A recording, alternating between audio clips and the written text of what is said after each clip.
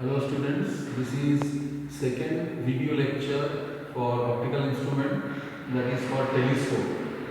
First telescope we will study is refracting telescope astronomical. So we are using two lenses, one is objective LO and another is eyepiece.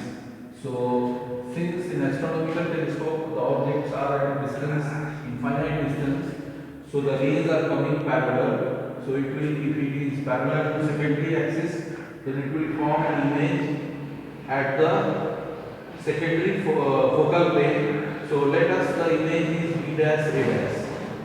Image form is B dash A dash, the size of the height of the image. And then this is, I have drawn diagram for normal adjustment where the final image is to be formed at infinity.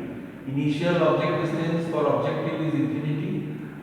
Image distance is equal to focal length for the objective, and then exactly the image formed is at the focus of the focal plane of the eyepiece. So this is UE is equal to FE, so the final image is formed at infinity again. Now this FO is the focal length of the objective, LO having large aperture, FE is the focal length of the eyepiece.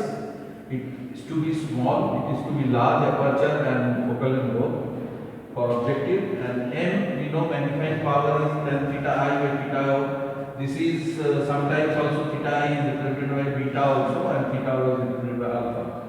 Now this is B dash A dash by Fe and this is B dash A dash by FO, so it is FO by Fe.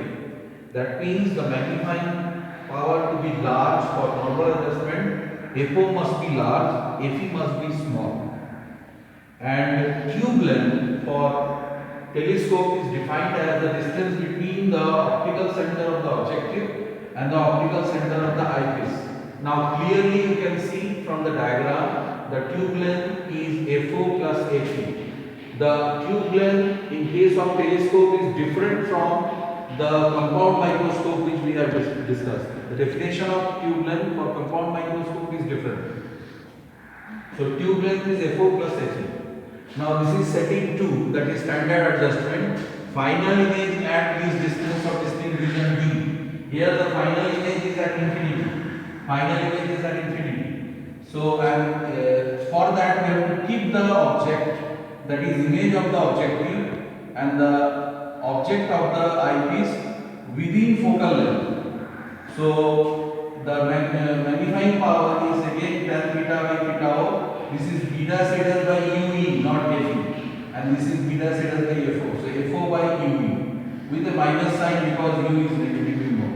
So by thin lens formula to eyepiece AB, 1 by B minus 1 by E equal to 1 by Fe. So 1 by UE is equal to this. So minus 1 by UE, 1 plus D by 1 by Fe. Now putting this value in M dash, we have FO by UE. So it's FO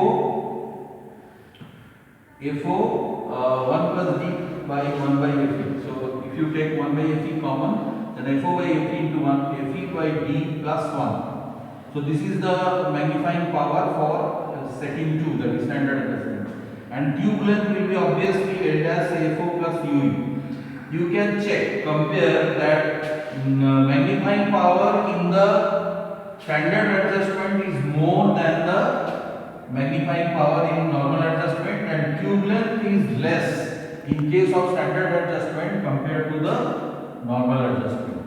Now this is about refracting telescope. Now this is reflecting telescope. Reflecting telescope is Cassegrain by the scientist Cassegrainian. This is also called astronomical telescope. It consists of a large aperture objective mirror, converging with a gap, that is a hole in between where the eyepiece is set. AD.